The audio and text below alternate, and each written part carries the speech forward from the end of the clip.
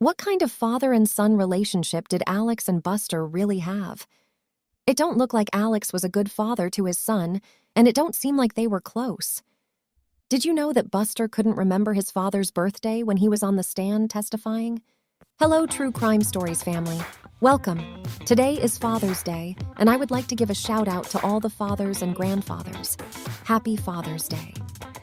We posted a video on TikTok with a poll for people to vote asking, who do they believe, Buster or Will?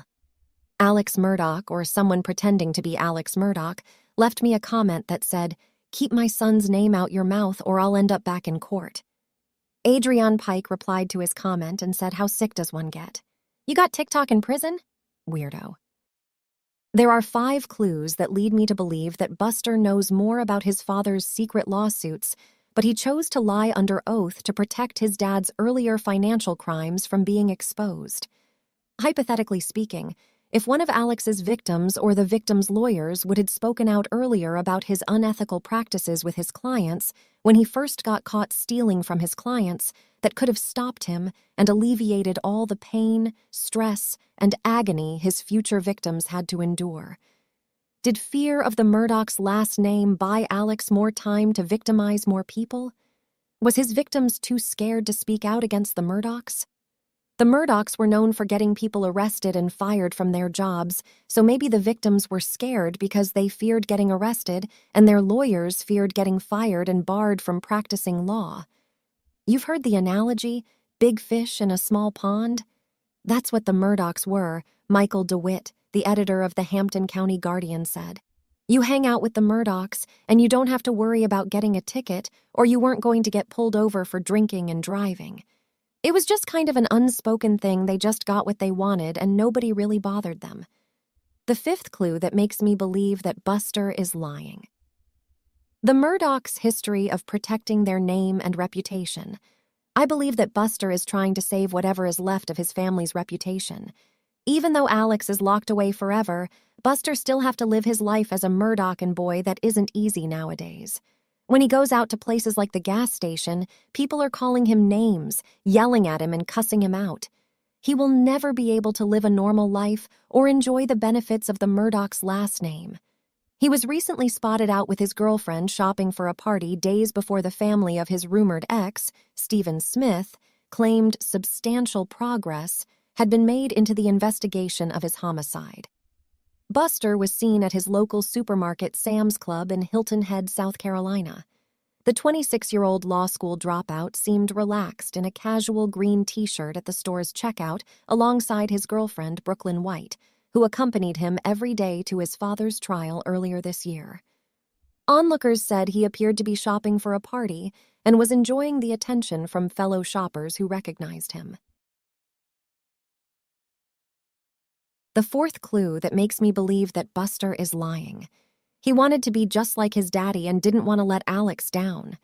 Texas refugee said Paul was the family scapegoat. Poor Paul. I know how he felt.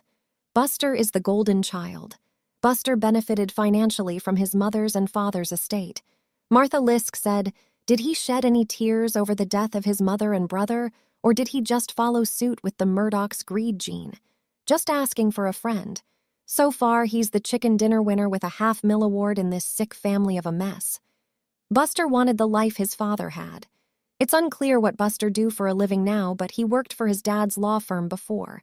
He wanted to be a big-name lawyer, said Paul's former girlfriend Morgan Dowdy in an interview for a Netflix documentary. He wanted to have the wealth and the power. He was following his father's footsteps. The 3rd clue that makes me believe that Buster is lying. The unspoken communication between Buster and his dad while he was on the stand. Alex kept looking at Buster, shaking his head yes, like he was validating what Buster was saying. Like he wanted to say, good job, son. It also seems like Buster didn't want to let his father down or disappoint him. He wanted his dad to be proud of him. The number 2 clue that makes me believe that Buster is lying. Alex's lawyers tried to get the question tossed out before Will Loving could even answer the question. Will didn't have enough time to get one word out his mouth before Alex's lawyer said, "Objection, Your Honor." The prosecutor asked Will Loving what was your understanding as to why they sold their house in Hampton, and Alex's lawyer started going crazy to stop the information about his secret lawsuits from getting out to the public. Judge Newman had to overrule the objection and told Will to answer if he knew the answer. Paul also had some discussion with his friend Will about them selling their house in Hampton. The number one clue that makes me believe that Buster is lying. Buster's body language on the stand. Mary Hollis said Buster is his dad's clone, looks and acts just like him, check him out on the witness stand, the shady look and same behavior. Buster was numb on the stand. He didn't show any emotions. He was red, but he didn't cry the whole time. It seems like he was withholding information. When he started talking about moving from Hampton to Moselle, he started stuttering and he couldn't really get his thoughts together because he was lying. I believe these secret lawsuits came from accident victims who hired Alex in the early 2000s to take their injury or wrongful death case. They were taken advantage of by Alex and victimized, but they eventually got the money Alex owed them and moved on with their lives.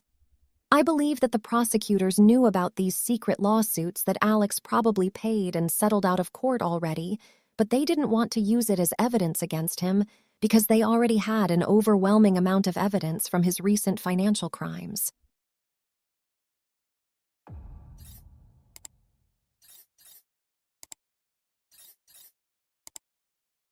Alex and Buster's relationship. Buster has turned down many interviews because he doesn't want to speak about his father's crimes or the deaths of his mother and brother. It's obvious that he supports his dad, but the public doesn't know how he really feels about him.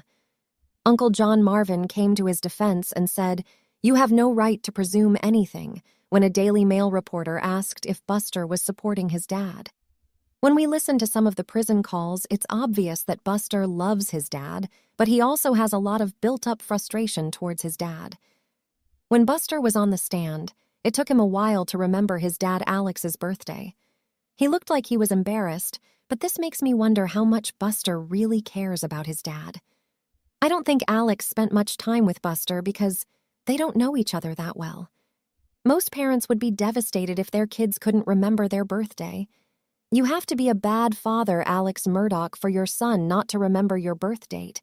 Today is Father's Day, so if you're a father, please check in with your kids from time to time and test them to make sure they know when your birthday is and enjoy your Father's Day. Who is Brooklyn White? What we know about Buster Murdaugh's girlfriend. Buster's attorney girlfriend was a constant presence by his side as his disgraced lawyer father Alex's high-profile trial gripped the country. His 26-year-old girlfriend, Brooklyn White, was spotted comforting the now-convicted murder-haired son repeatedly in the courtroom throughout the 6-week trial in South Carolina. And that support continued in the days after Alex's life sentence was handed down, with the young couple quickly escaping to a condo in Hilton Head, where they were spotted walking her dog. While they appear to keep their relationship mostly under wraps, here's what we know about Brooklyn White so far. What's Brooklyn White's background? She is a native of Rock Hill, South Carolina, but relocated to Alabama in 2014 for college.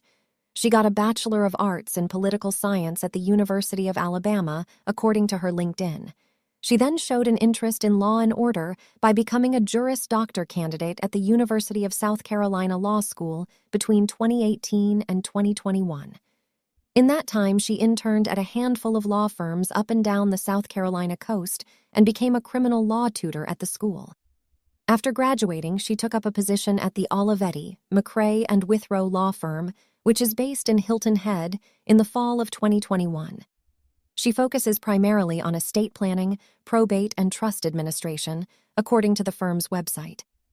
I went to law school because I always had a desire to help people work through complex issues. I find it rewarding to help others, she wrote in a profile on the firm's site. Brooklyn added that in her free time, she enjoys traveling, spending time with friends and family, and playing with her golden retriever, Miller. Maggie also loved her golden retriever, Bubba, and Alex thinks that she reminds him of Maggie in some ways.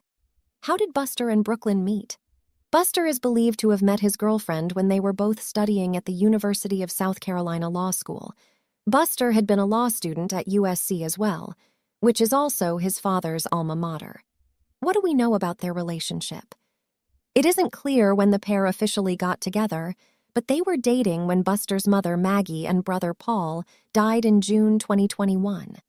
However, Buster still hasn't gone back to school. He has put his desire to go to law school on hold for now, the Murdaugh's lawyer told the Post and Courier. There is no plan for him to start school in the fall or in the spring.